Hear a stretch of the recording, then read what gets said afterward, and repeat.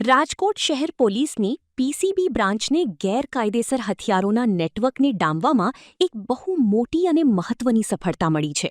રાજકોટ સહિત સમગ્ર સૌરાષ્ટ્રમાં ગેરકાયદેસર હથિયારો સપ્લાય કરતી એક સક્રિય વેપન કાર્ટેલ ગેંગનો પોલીસે પર્દાફાશ કર્યો છે.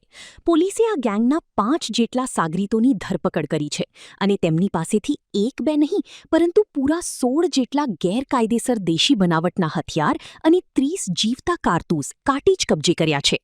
આ સમગ્ર ઓપરેશન અને નેટવર્ક વિશે ક્રાઇમ બ્રાન્ચના ડીસીપી જગદીશ બાંગરવાએ શું મોટો ખુલાસો કર્યો છે, આવું જોઈએ આ અહેવાલમાં. 2 માણસોને 5 દેશી બનાવટના ગેરકાયદેસર હથિયાર અને 20 કાર્ટ્રીજ સાથે અરેસ્ટ કરવામાં આવેલ હતા અને પૂછપરછ દરમિયાન જાણવા મળ્યો કે એ જે મુખ્ય સપ્લાયર છે, જેનું નામ શકીલભાઈ સાદિકભાઈ મંસૂરી છે, એ ધાર જિલ્લાથી આવતો હતો અને અહીંયા રેગ્યુલર હથિયાર સપ્લાય કરતો હતો અને અગાઉ પણ ચોટીલાના રહેવાસી અને થાનગઢના રહેવાસી 3 બીજા આરોપીઓને હથિયાર સપ્લાય કરી ચૂક્યો છે.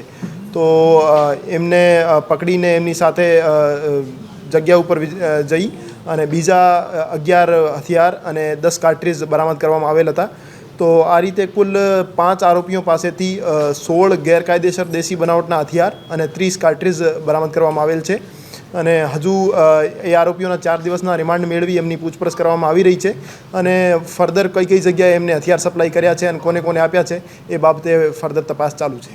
જે રિસેન્ટ તાલુકા વિસ્તારનો મર્ડરનો બનાવ છે, એ બનાવ સાથે આ જે હથિયાર પકડાયેલા છે એનો કોઈ ડાયરેક્ટ લિંક નથી, પણ અમે સમય પર જે રાજકોટ શહેરમાં ગેરકાયદેસર હથિયાર સપ્લાય કરતા માણસો છે એના વિરુદ્ધ કાર્યવાહી કરવાની ડ્રાઈવ કરતા હોઈએ છીએ. આ ડ્રાઈવના દરમિયાન આ માણસને અરેસ્ટ કરવામાં આવેલ.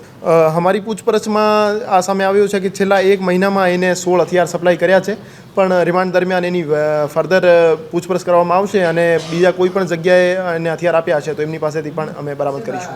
એમાં 5 પૈકી 3 જે આરોપી છે, જેમાં જયસુખ ઉર્ફે જેસો વાઘેલા છે, એમના વિરુદ્ધ 9 ગુના દાખલ થયેલા છે, જેમાં આર્મ્સ એક્ટના, પ્રોહિબિશન એક્ટના અને અટેમ્પ્ટ ટુ મર્ડરના ગુના દાખલ થયેલા છે. આરોપી ગાવસ્કર ઉર્ફે દર્શન જે આરોપી છે, એના વિરુદ્ધ છાપર વેરાવળમાં અને ગાંધીગ્રામ પોલીસ સ્ટેશનમાં આર્મ્સ એક્ટનો ગુના દાખલ થયેલા છે.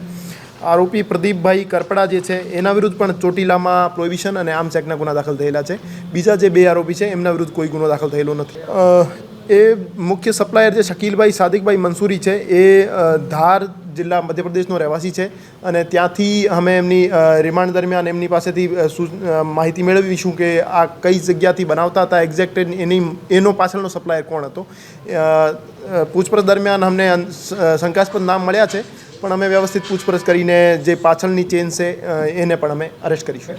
ઓન એન એવરેજ 10 થી 15 હજાર એમની રેટ હતી, જેમાં લોકલ સપ્લાયરને આપતા હતા.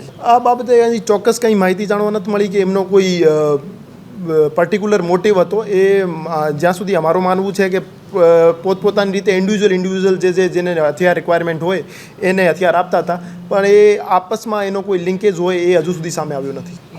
અમે આ જે હથિયાર સપ્લાયર કાર્ટેલ છે એની વ્યવસ્થિત પૂછપરછ કરવાના છીએ અને આ સિવાય પણ સૌરાષ્ટ્રમાં જે પણ હથિયાર સપ્લાયર છે એને બાબતે અમે કાર્યવાહી કરી રહ્યા છીએ અને જૂના જે પણ તમામ હથિયાર ધારાના ગુનાઓમાં પકડાયેલા આરોપી છે તમામની પૂછપરછ અત્યારે અમે કરી રહ્યા છીએ અને સૌરાષ્ટ્રમાં હથિયાર સપ્લાયની કાર્ટેલને અમે તોડવા માટે પ્રતિબદ્ધ છીએ. એવી સંભાવના છે, કહી શકાય.